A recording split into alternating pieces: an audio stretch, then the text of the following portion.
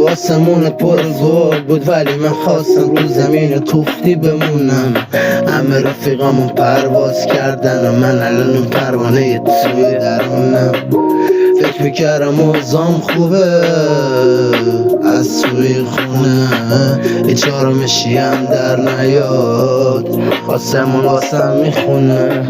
من نداشتم حوصله که باز مثل کرم شب تاب گیر کردم توی منجل خدایی و یه بار بگو اسم چی هستن جذاب جواب کارم. بدون شش بار کردم و باز بیاد نمیاد کارامه. میدونی کام میده تا ماهی میکنی میز خط به پا. من نمیخوام بیفتم از سوار کردم که برمیگردی تو هم مثل راه.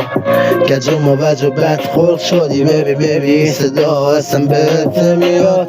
چقدر وایسادم پتو خیری تو لشیوازی، فکر میکردم که نباشی تو نتو اشتباهی، فکر میکردم که بترسونم دیکم خوب میشه ولی فهمیدم تازه خودت از اون بسشایی. بی خیالش به من نمیخوام ادامه نمیدم، برسون بهم کاسه باطلا خورد شد امیدم.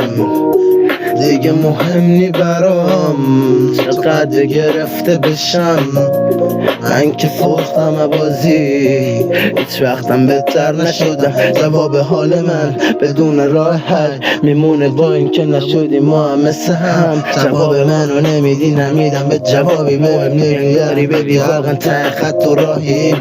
نه نمیخواد که کنی منو راهی، همین که نباشی خوبه.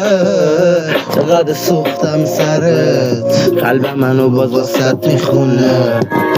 من که بریدم از خودم هر کاری کردم واسط اشتباه بود معذرت. بشم که بشد که بشم و ستاره ای که ماهو هی دور میزد.